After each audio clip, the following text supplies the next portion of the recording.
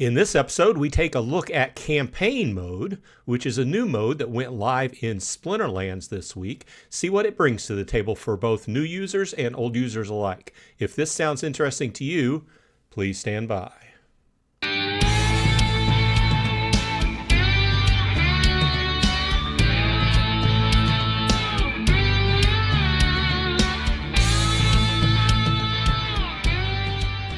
Hey, all you Splinterheads. Welcome back. Once again, this is Bronze Dragon saying thanks for dropping by. As always, I appreciate the time you spend with me.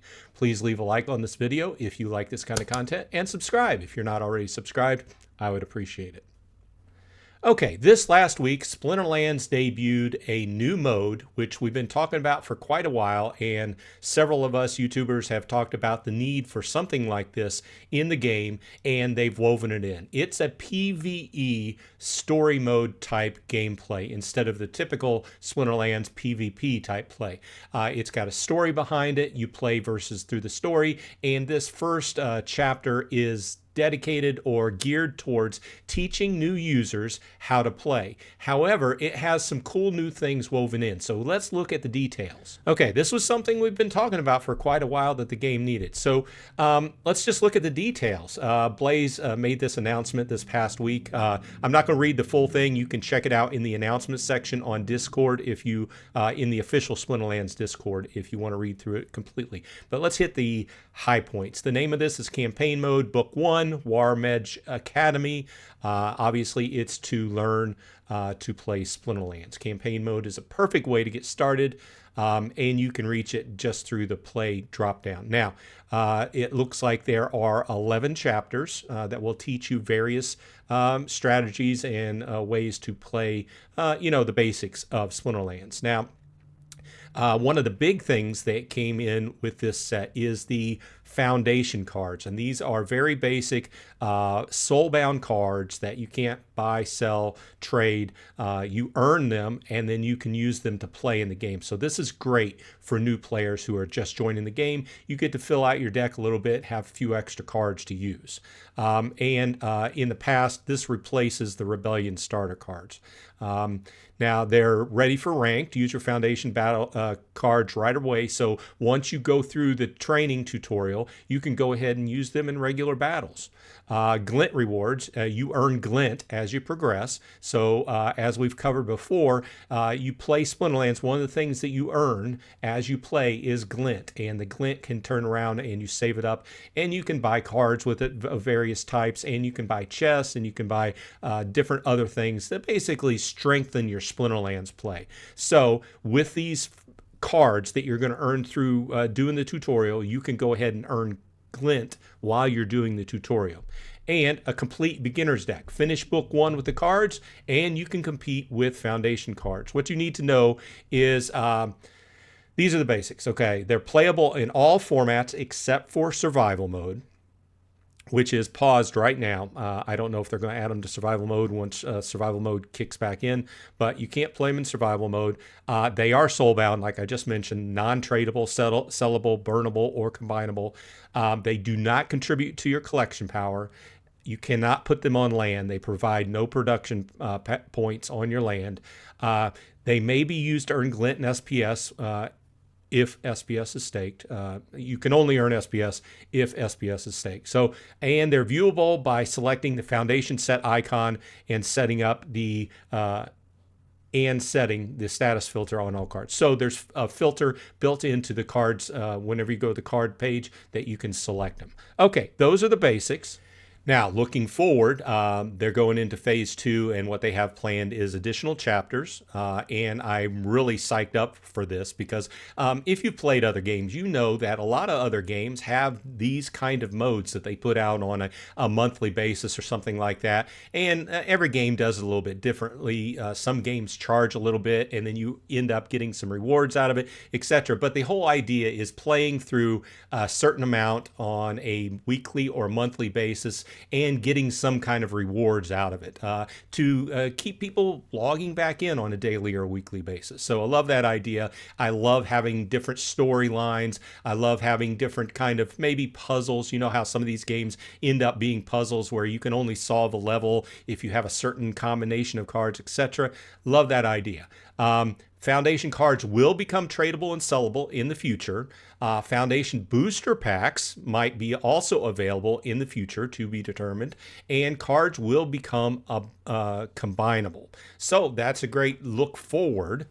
Now, we're logged into my Lite account, which is a free account. I used it in a few other videos where I played it for about a month here a while back. I started up and I did a few videos on what a new user playing a free account could expect. Now, we're going to take the next steps. I kind of put it down for a little while because I knew these new things were coming into the game and I wanted to wait until they were debuted. So we have the new set that came out a little while ago, and now we have the new mode, which I want to jump in. Okay, if you go to the drop-down list here, you can select campaign, and that's what we're looking for. And it is book 1, so let's go ahead and go in and see it. So it's divided into your 11 different chapters, and you can see over here on the right the card you are going to earn when you go through that level or chapter. So chapter 1 says, welcome to the Warm Edge. Headmaster Bimblenock welcomes you to Praetoria's premier academy of battle magic, where legends are born through grit and guile. Will you be one of them?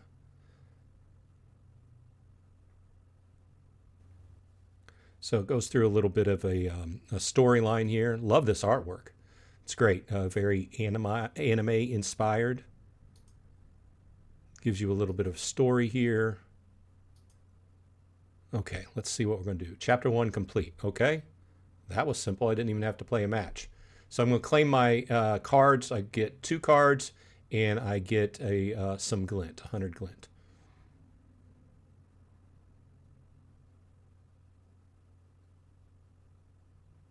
Okay, let's go to the next chapter. Okay, in this chapter, chapter 2, we are going to learn the card types. There are 2 types of cards you'll use when you step into the ring: Archons and Units. Archons are distinguished from Units by the triangular symbol at the base of their frame right here. Archons don't fight. They determine which elements you can summon on your team. Some also grant your units special benefits, while others handicap your opponent's team. So once we play through here, we earn a new character named Mad Gearhead, which is a goblin, and 100 glint. So let's go ahead and play. Okay, only have 1 Archon, and I only have 1 card to choose. So let's go ahead and tap battle. And then we click the battle button and watch him duke it out.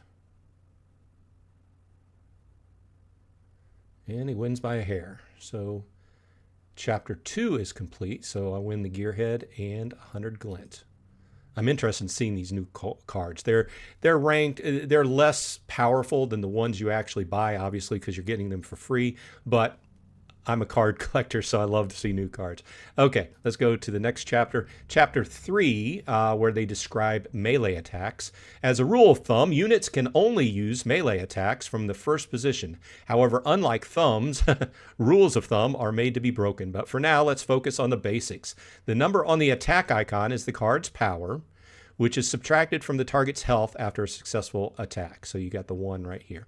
And if we beat this chapter, we will get a Wilhelm Dell Deputy plus another 100 glint. So let's go on in, pick our Archon, and then let's put our tank right up front, and then we can put this, who is also sort of a tank, in 2nd position. Okay, so now we go ahead and hit battle again. And watch him duke it out. Notice how Mad Gearhead can't attack from the 2nd position because it doesn't have reach. Reach is a power that allows the character to attack from the 2nd position. Okay, so I beat it. Got the Deputy plus 100 glint. Let's go ahead and continue. Claim rewards, rather. Put those in our deck. Okay, now let's go to the next chapter. Okay, we are in chapter 4. This is progressing pretty quickly. Your opponent's attacks usually target your 1st position, so it's best to fill it with a tank, a unit with some survivability. If your tank is defeated, your other units move forward, and since ranged attackers can't attack from the 1st position, they belong in the very back. Now, there is a power that you can get to allow ranged attackers to attack from the 1st position. It looks like a little crossbow. That way, they'll continue to attack until every unit in front of them is destroyed. So, right, you want to put the tank in first. If you have some kind of card with reach, that's usually a good suitable unit for second position. And then behind that, you have magic and you have range attackers. So let's go ahead and enter. So let's go ahead and once again select our Archon. We will, remember ranged units can't attack from the first position. Click to remove it or drag it to the position after you built the team. So let's go ahead and put the tank, and we switch the tank in front of her, and we will go ahead and put this other card in front of her to give her a few more, a couple of positions that the opponent has to tear through before they get to her, because once she gets in that primary position, she can't attack as a range. Okay, let's go ahead and battle.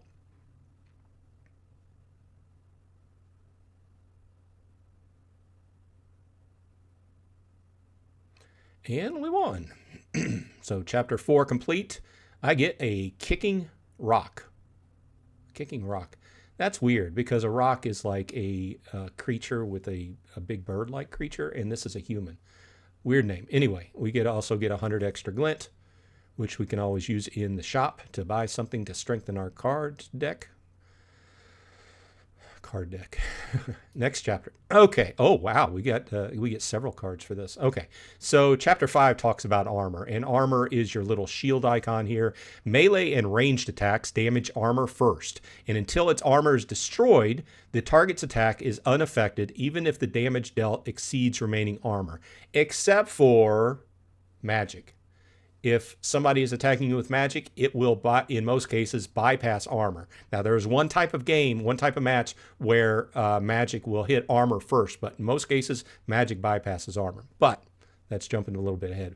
It's just a tip. For example, if a unit has 2 armor and takes 4 damage, its armor will be gone, but the extra damage won't affect its health. So therefore, it's always nice to have a card with at least 1 armor on it. So it doesn't matter if you're getting hit with 5 melee and it has 1 armor, it's in most cases going to hit that 1 armor. It doesn't bleed over and give you those extra 4 points. It just takes that 1 armor. Now, the next attack after the armor is down will actually hit your health. Okay, and we hit this, so we go through chapter 5, and we get a Jin. He's a Archon for Earth. We get a Frank Arsgard. We get a Chaos Fury Bringer. Oh, see that? Now that's got reach. You see that little hand? That is reach. And we have a Sturdy Axe Warden. I can use an extra dwarf for my dwarf team.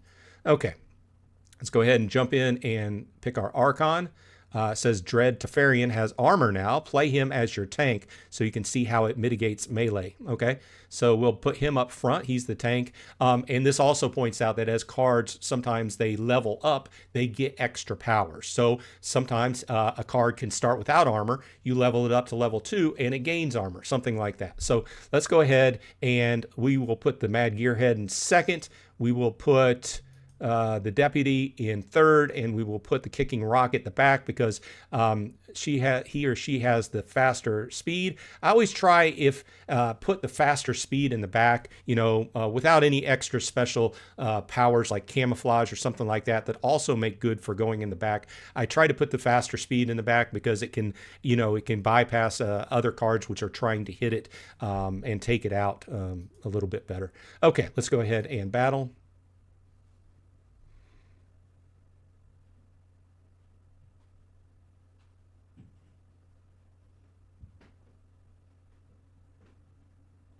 Okay, chapter 5 complete, and I get all those rewards. Let's go ahead and claim.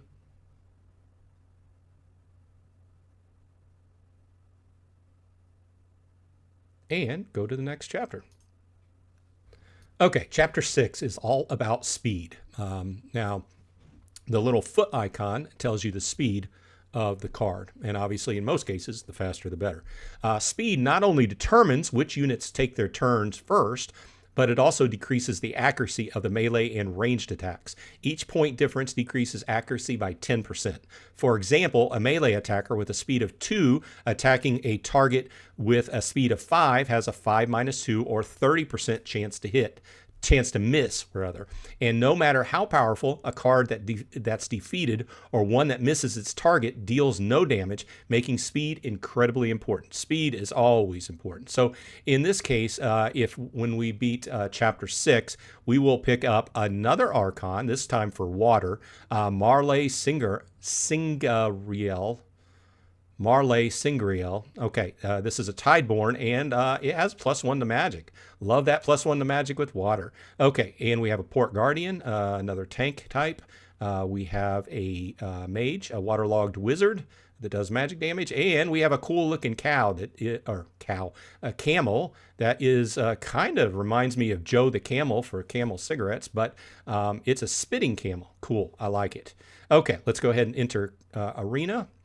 Let's go. Oh, we got a new one to use. Okay, so your fire units are faster than your earth units. Play Bartholomew and take advantage of that speed. Okay, so he gives +1 to speed to all my characters. So let's select my tank. Let's go ahead and put this guy up front because he has some armor. Let's put the Furybringer in second and the Archer in back. And battle. Oh, look at that. Incessant Sage. I'm seeing some new cards. Love it. Paprikash. And Hungry Uland.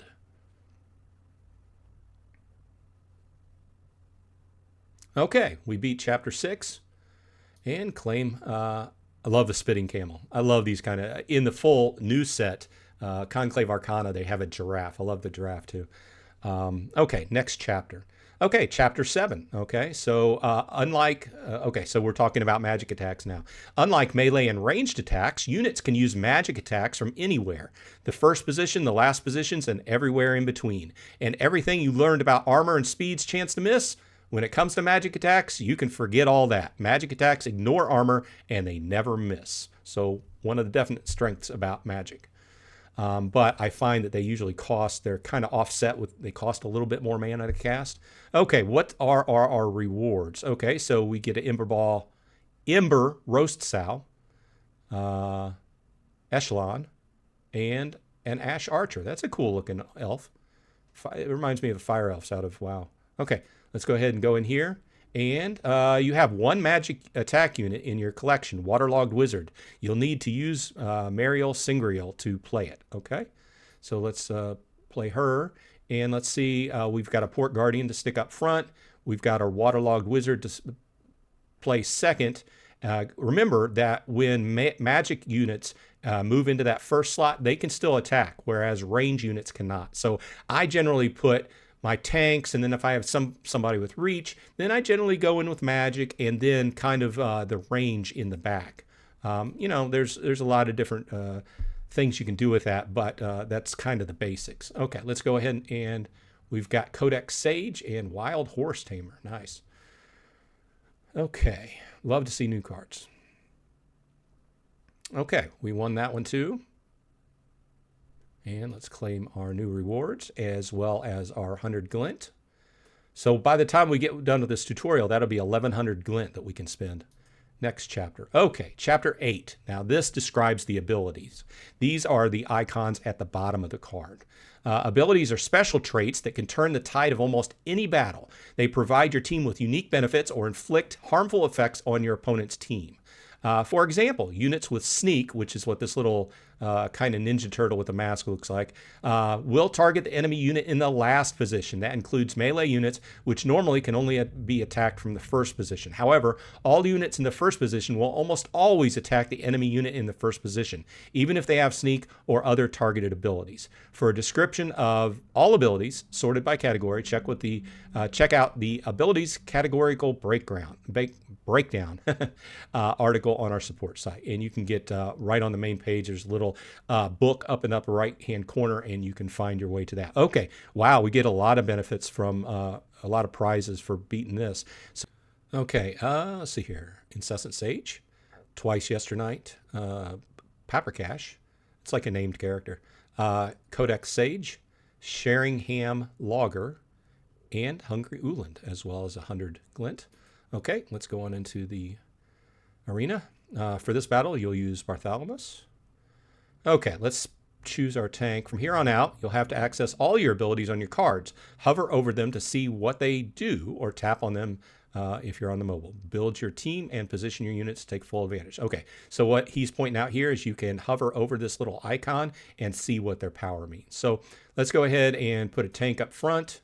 I don't see. Okay, so we got Chaos Fury Bringer with Reach, perfect secondary unit.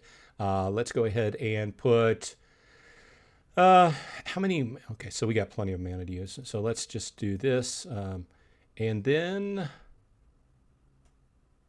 let's put the Ash Archer. No, let's put the Dwarf in front of him. Okay, let's go for it. That's a funny looking character. I see a lot of these characters have a very...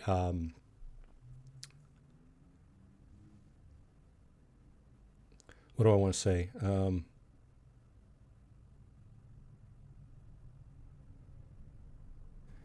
Okay, Chapter 10, we're talking about elements, which are the different colors of the cards, previously referred to as splinters. While your Archon's element determines which units you can play, the battle rules can further restrict the use of certain elements. Win or lose, each time you face off against an opponent, you'll increase your understanding of the strengths, weaknesses, and winning strategies of each element. So each element, different sets, is going to be stronger at different things like magic, melee, ranged, etc. So cards without an element are neutral. You can use neutral units regardless of the element of your Archon, unless you have the rule set no neutrals. Okay, and then we have a bunch of things we get after this. So, ooh, look at that. Spellmonger. Has thorns. Interesting. Okay, let's go ahead and go into the arena. There are 6 elements: fire, water, earth, life, death, and dragon. Hover over each icon to see which is which, or tap on them if you're on mobile. For this battle, only the death and life elements are available. So, like I said previously, these are where you look at the elements, and you can see that during this battle, I can only select life or death. So let's go on into the arena. In this case, it wants me to go ahead and use my new Death Archon, which gives -1 to health to all my opponent's characters. I have 99 mana to use, so it's plenty. So let's look at our tank. Let's go in with the Nimgard Captain. Let's see, I don't have any reach. So let's go ahead and put the Savage Butcher in second. Let's put the Grand Consul Minion in third, Black Widow in fourth, and the Arcane Curator in fifth. But you'll notice that he has a detriment, which means cannot be weapons trained, okay? But also has backfire, which does, when an enemy misses this unit, deals 2 physical damage to them. But what this means is there are other cards in the game that can, since this card has no attack, okay? You can put it next to another card that has what's called, the powers called weapons training, and give it an attack. Well, in this case, this card is a little bit stronger and a little bit faster and has a power, so this one cannot be used with weapons train. So we'll put him in the back, or her in the back, and we'll press battle and go ahead and see who wins. I like that Black Widow.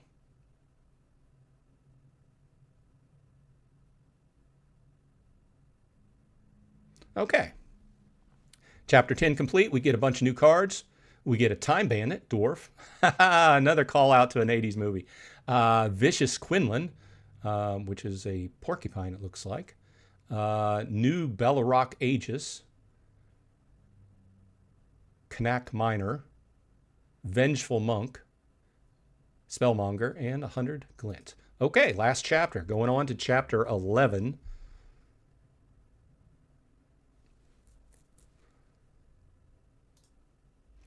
Okay, Chapter 11 goes over modifiers like I had mentioned earlier. The battle rules include modifiers that alter gameplay by limiting the cards you can use, modifying abilities, damaging units, and more. They can dramatically influence what cards you should play. You'll have to adapt your tactics on the fly to pull off a win. And there's a misspelling there. But yeah, this is what makes it so, generally speaking, not all the matches are the same. You know, the modifiers and the mana limits and the choice on which elements you can use all kind of go in a random combination. So it makes sure that each round is a little bit different than the previous one. At first, your battles will all have the standard modifier when you're lower level, which doesn't change any rules or mechanics. But as you advance, you'll not only see different modifiers, but more of them, up to 3 per battle. Yeah, they just, as you level up, you get 1 per battle, then 2 per battle, then a total of 3. So there's a lot of weird combinations that go on.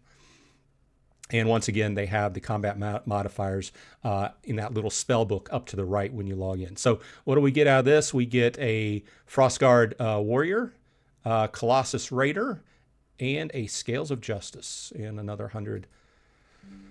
Okay, let's see here. This battle has Noxious Fumes modifier. All units start the battle poisoned, so that means all units are going to take damage unless for some reason your card doesn't take damage from poison. Okay, and I see I have 39 mana to use, and I can use any of the elements. Okay, they've selected Earth for me to use. Since all your units will start the battle poisoned, try using ones with abilities to keep them alive. The Earth element has some good options, so let's use Aurelia for this battle. Okay, let's go in with Dread Teferian, Mad Gearhead in second, Kicking Rock in third, and the Time Bandit in fourth.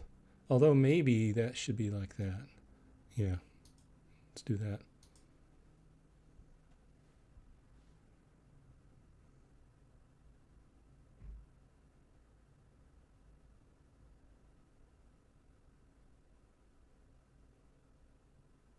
And I won.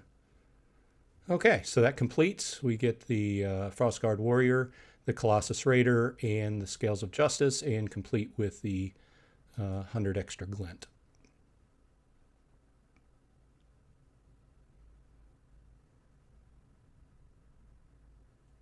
You have completed the campaign for now. Check back for new chapters. Are you ready for some real battles? Okay, so what we can do is we can go into the items. We can go into the card collection. You can see these other cards that I've earned off of playing, but we can go into the foundations and go ahead and select the foundations and see what I basically what you can get out of doing this series. And you can see that they're all soulbound, but you have some of each of the elements or splinters. So good set of cards to start off with. I think they're generally lower powered than the cards you're going to pay for and buy packs, but they're good. They're good to get you started with, and that's what it's all about. Get it started with play. You start playing, buy yourself some packs, buy yourself some singles off of the market, jump in there and start playing. So this has been Bronze Dragon. Let me know what you think of the new campaign mode, and if you have any questions about it. Also, keep in mind on Saturdays at 11:30 Eastern Time, we have our weekly Saturday morning stand-up live stream where we talk Splinterlands for about an hour. So stop by YouTube and check us out if you want to talk about Splinterlands. You want to jump in and play it. Use my ambassador code. You can find in the show notes the more information about the show and get started. Otherwise, I hope everyone on your side is happy and healthy. And hey, I'll see you in Splinterlands.